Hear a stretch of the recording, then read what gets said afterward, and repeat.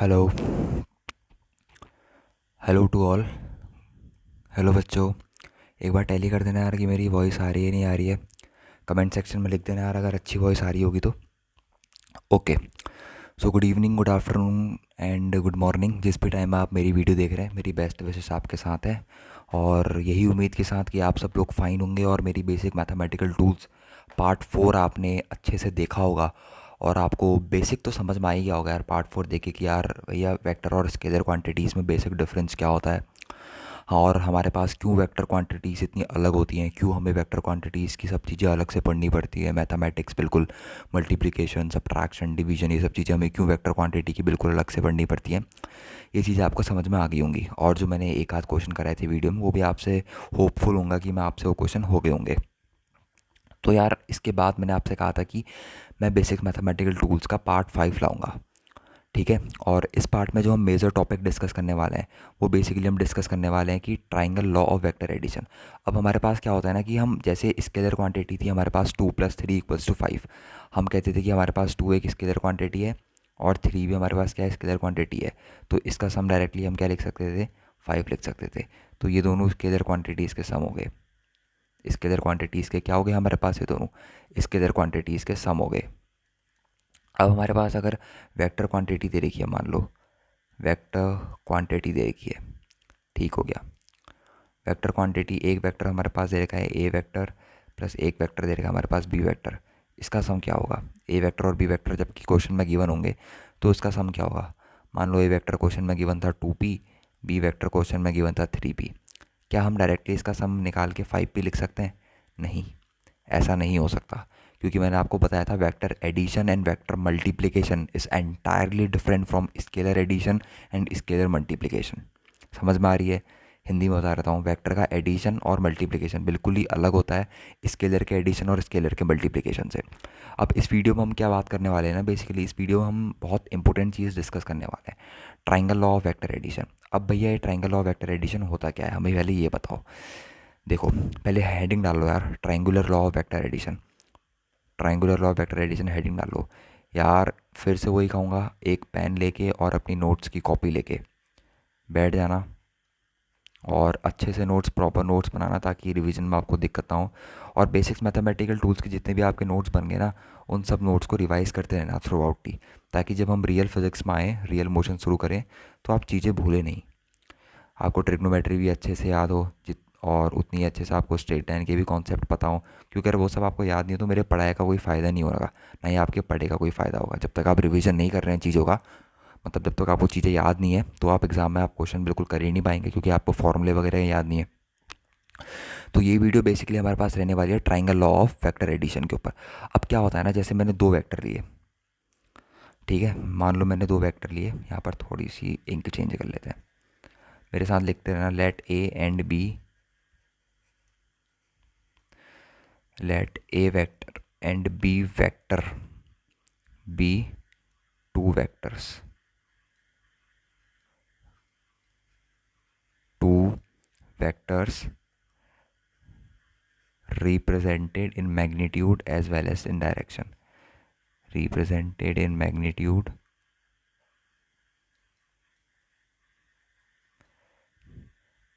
represented in magnitude as well as in direction, as well as in direction. मतलब इनको direction में भी represent कर पा रहे हैं और इनके पास खुद का मैग्नीट्यूड तो है ही। बाय किससे रिप्रेजेंट हो रहे हैं, two sides of a triangle, by two sides of a triangle. A vector और बी वेक्टर को हम कैसे रिप्रेजेंट कर रहे हैं, ट्राइंगल की दो साइड्स के से रिप्रेजेंट कर रहे हैं जिनके पास डायरेक्शन भी और जिनके पास मैग्नीट्यूड भी है। देन द थर्ड साइड, ध्यान से सुनना, then the third side, then the third side taken in opposite order, taken in opposite order. जो तीसरी साइड होगी जिसको हम बिल्कुल अपोजिट ऑर्डर में ले रहे हैं, वो किसको रिप्रेजेंट करेगा, represents the sum, represents the sum of two vectors, वो हमारे पास किसको रिप्रेजेंट करेगा, दो वेक्टर के सम को रिप्रेजेंट करेगा। बहुत ही बेसिक है। बेसिक क्यों है, हमने ए और बी हमारे पास दो वेक्टर लिए जो किस जो किस से रिप्रेजेंट हो रहे हैं, बेसिकली ट्रायंगल की दो साइड से रिप्रेजेंट हो रहे हैं।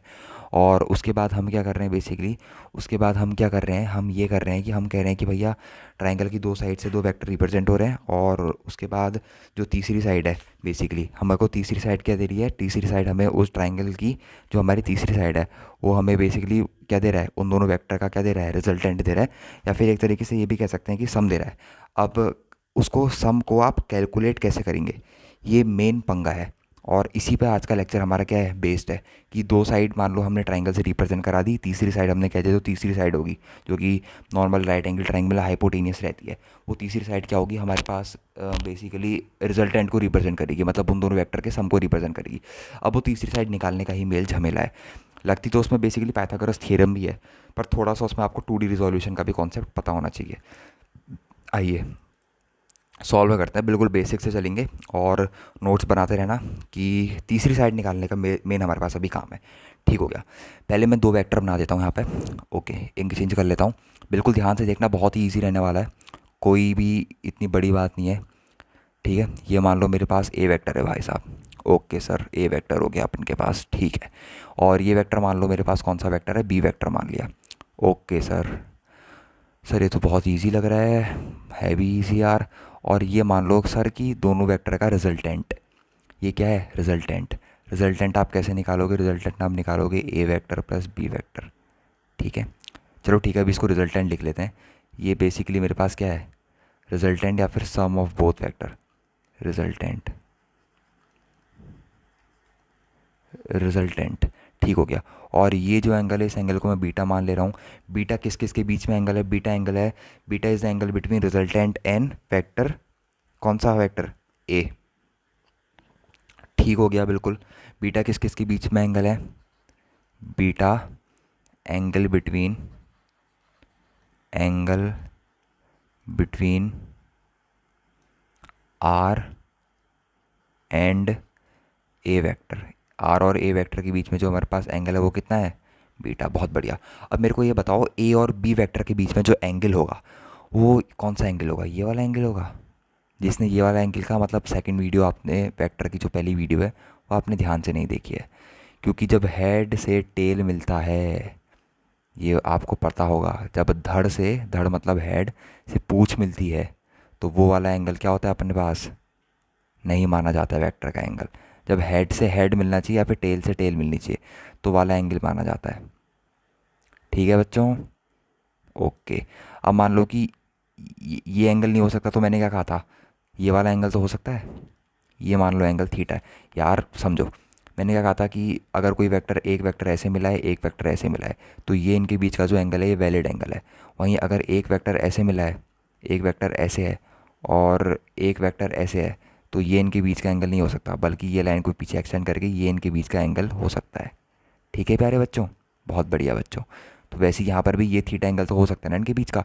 अब देखो, ये पूरी वेक्टर ए के पास डायरेक्शन भी है, मैग्नीट्यूड भी है। ए वेक्टर का मैग्नीट्यूड ए मान लो, बेसिकली मैग्नीट्यूड एक पर्टिकुलर क्वांटिटी होती है आपके पास, बी वेक्टर का मैग्नीट्यूड बी मान लो।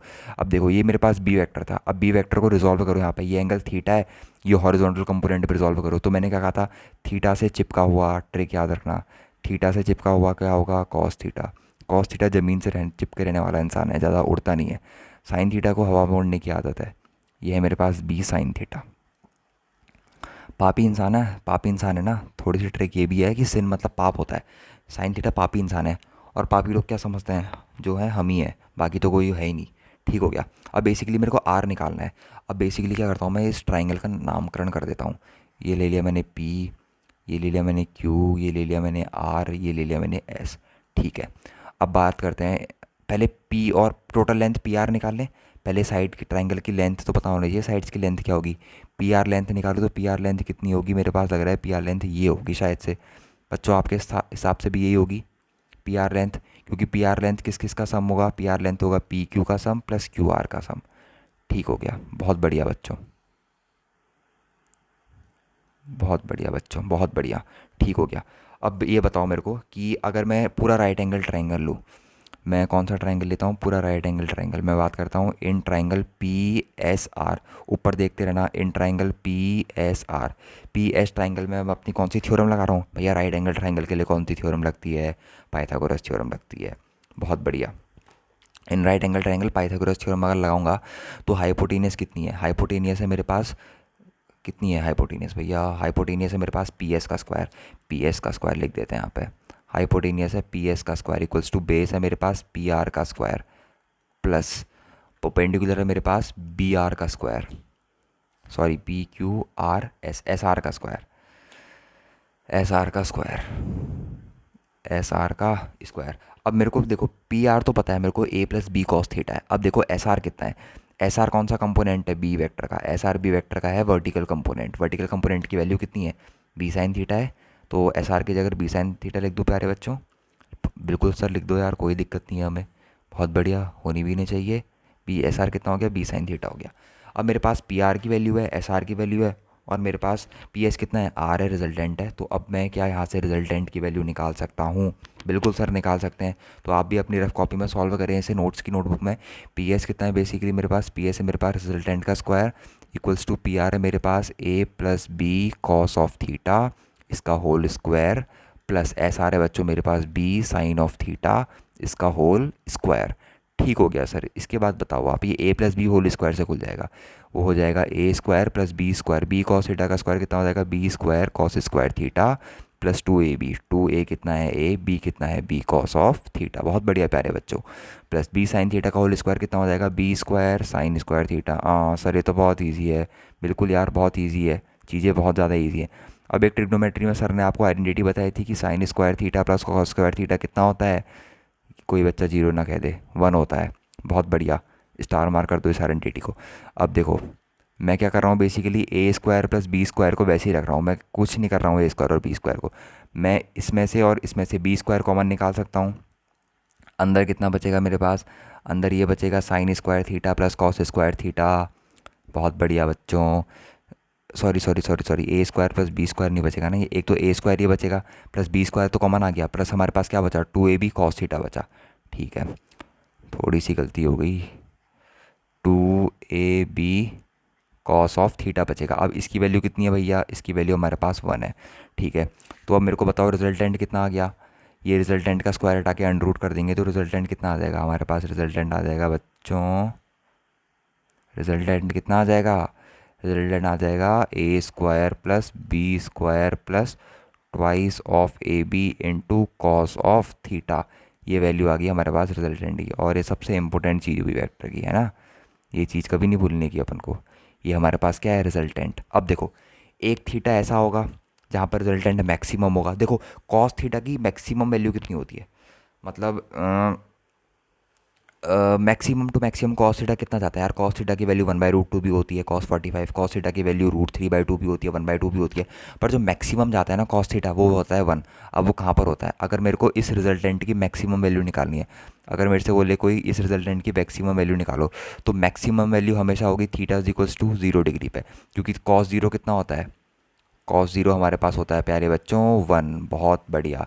अब इस इक्वेशन में जो हमारे पास, इसको मैं इक्वेशन नंबर वन मान लेता हूँ, ये पहली इक्वेशन में हमारे पास कॉस थीटा को वन रख दो। अगर मैंने इसमें कॉस थीटा को वन रख दिया तो ये हमारे पास बन जाएगा आर जिगल्स टू, बन जाएगा हमारे पास, सॉरी ये थोड़ा सा हमारे पास गलत हो गया, ये बन जाएगा हमारे पास प्यारे बच्चों R is equals to under root of, ये बन जाएगा A square plus B square plus twice of A into B. तो ठीक है, अब ए स्क्वायर, ये किसकी आइडेंटिटी बन गई यार, ए बन गया बच्चों ए प्लस बी का होल स्क्वायर, सर ये तो हमें पता है, बहुत बढ़िया, ए प्लस बी का होल स्क्वायर, ए स्क्वायर से अंडर रूट काट दूँ प्यारे बच्चों। तो इसके बाद ये कितना बन जाएगा प्यारे बच्चों, तो मेरे पास आर की मैक्सिमम वैल्यू कितनी आ गई, आर कभी भी मैक्सिमम वैल्यू पूछे तो वो होगी ए प्लस बी। बहुत ज़्यादा बढ़िया प्यारे बच्चों। अब वैसे आर की मिनिमम वैल्यू भी निकाल दो प्यारे बच्चों, आर मिनिमम कब होगा, जब कॉस थीटा कितना होगा, 0 डिग्री। यार थोड़ी सी बाहर डिस्टर्बेंस आ रही हो तो उसके लिए सॉरी, क्योंकि बाहर जो हो रही है बारिश, बरसात का मौसम है तो बाहर चल रही है बारिश। तो थीटा इक्वल्स टू 90 डिग्री की बात करते हैं, क्योंकि कॉस 90 की वैल्यू कितनी होती है पहले बच्चों, कॉस 90 की वैल्यू होती है 0।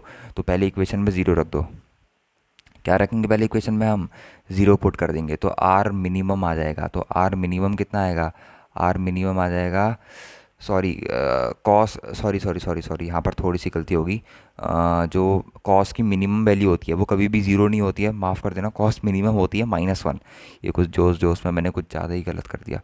कॉस मिनिमम होता है -1, वैसे ही आर मिनिमम कितना हो जाएगा, मतलब कॉस मिनिमम होता है -1। अब वो कब होता है -1, जब थीटा 180 होता है। और कॉस 180 डिग्री की वैल्यू हमेशा याद रखना कितनी होती है, -1।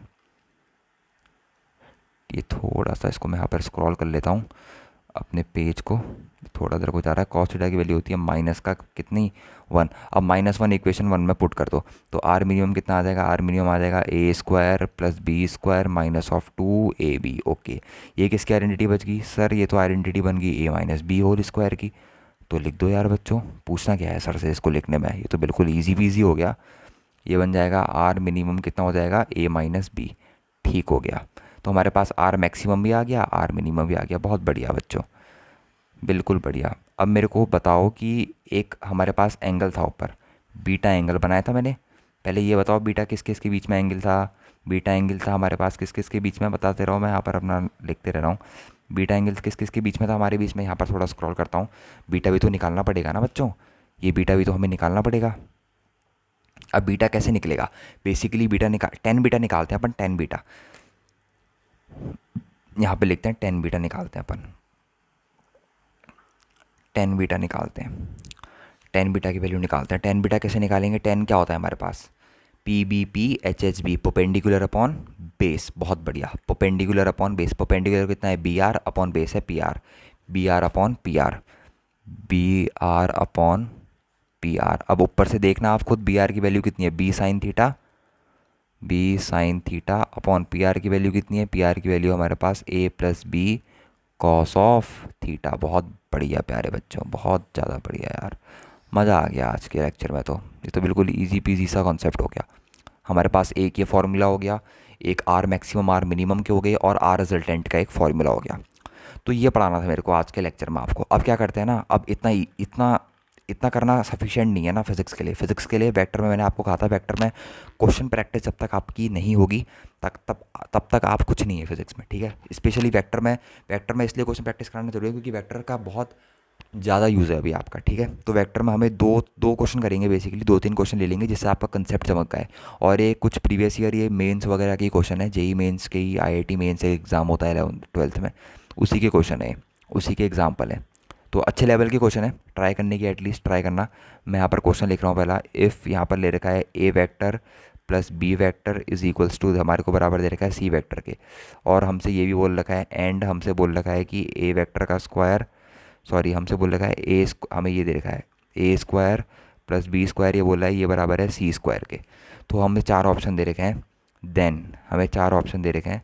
सबसे पहला ऑप्शन ये है कि A is perpendicular to B। दूसरा ऑप्शन ये है A is parallel to B। तीसरा ऑप्शन ये है A equals to B equals to 0। और तीसरा D ऑप्शन है नन ऑफ दीज। ओके, अब प्यारे बच्चों आप इसको लग जाओ सॉल्व करने में। 2 मिनट वीडियो को पॉज करना, जब तक खुद ट्राई नहीं करोगे तब तक चीज़ें समझ नहीं आएंगी बेसिकली। ओके, एक तरीके से क्या दे रखा है, अब मैं इसका सॉल्यूशन बताता हूँ। यहाँ पर है अब यहाँ पर थोड़ा सा बहुत सीख लो ना मैग्नीट्यूड कैसे निकालते हैं, क्योंकि मैं यहाँ पर A vector plus B vector equals to C vector दे रखा है ना, मैं दोनों तरफ इन दोनों का मैग्नीट्यूड निकालूंगा। मैग्नीट्यूड कैसे निकालते हैं, मैग्नीट्यूड ऐसे निकालते हैं, अंडर रूट ऑफ, सॉरी यहाँ पे जो है इन दोनों का मैं A+B आपको बेसिकली क्या दे रखा है, मैग्नीट्यूड नहीं भी लगाओगे दूसरे कॉन्सेप्ट से भी हो जाएगा। दूसरे कॉन्सेप्ट से बताता हूँ, बेसिकली मैं भूल गया था, मैंने बेबी ट्राइंगल लॉ पढ़ा रखा है, तो ट्राइंगल लॉ से करना है क्वेश्चन जरूरी है। ये बेसिकली ए और बी किसको रिप्रेजेंट कर रहे हैं, ट्राइंगल की 2 साइड को रिप्रेजेंट कर रहे हैं। सी क्या है, उनका रिजल्टेंट है, नहीं है। अब सी इसका रिजल्टेंट है, तो रिजल्टेंट का स्क्वायर कितना होता था, ऊपर देखो R² की वैल्यू कितनी आ रही थी, R² की वैल्यू आ रही थी A² plus B² plus 2AB cos of theta. Magnitude से भी हो जाएगा, वही तो मैं कहूँ, मैं थोड़ा भूल गया था यार इसको। मैग्नीट्यूड से भी होता है और इससे भी होता है। मैग्नीट्यूड से कैसा होता है, जब हम मैग्नीट्यूड निकालना डिस्कस करेंगे तब हम उस चीज़ को डिस्कस करेंगे, ठीक है। अब मेरे को A² प्लस B² की वैल्यू क्वेश्चन में कितनी दे रही है प्यारे बच्चों, C²। तो इसकी जगह C² रिप्लेस कर दो और C² को इक्वल्स टू के इधर भेज दो, तो ये बन जाएगा C² minus C² equals to twice of A into B cos theta. C² minus C² हमारे पास कितना बन गया, 0। तो अल्टीमेटली 2AB को भी इसके नीचे भेज दो तो 0 बन जाएगा। तो कॉस थीटा कितना आ गया, 0। और थीटा 0 कब होता है, 90 डिग्री पे। और 90 डिग्री मतलब ए और बी आपस में कैसे हैं, परपेंडिकुलर। अगर ए हमारे पास ऐसा होगा तो बी हमारे पास कैसा होगा, ऐसा होगा, आपस में परपेंडिकुलर होंगे। ठीक है प्यारे बच्चों, तो कौन सा ऑप्शन करेक्ट हो गया? जिन्होंने ये ऑप्शन करेक्ट दे रखा है बहुत बढ़िया, आप सही डायरेक्शन में जा रहे हैं। ऐसी प्रिपरेशन करते रहिए, एक दिन आपको सक्सेस जरूर ज़रूर मिलेगी। जिनसे नहीं हुआ कोई दिक्कत की बात नहीं है, धीरे धीरे आप सीख जाएंगे, आपको और ज़्यादा सक्सेस मिलेगी। और क्या बोल सकते हैं हम, बिल्कुल हार नहीं माननी होती यार, बिल्कुल एफर्ट्स डालने होते हैं, कंटिन्यूसली एफर्ट डालने होते हैं। ठीक है ना, कोई टेंशन वाली बात नहीं है। एक और छोटा सा क्वेश्चन ले लेते हैं, लास्ट क्वेश्चन करेंगे हम इसको। एक और एग्जांपल ले लेते हैं, ये भी जेई में आ रखा है, मेंस वगैरह में एग्जाम में आते रहते हैं ऐसे क्वेश्चन। क्वेश्चन ये दे रखा है कि the resultant of two forces, ये टू फोर्सेस वगैरह क्या है इनमें ध्यान मत देना। The resultant of two forces 3p and 2p is r।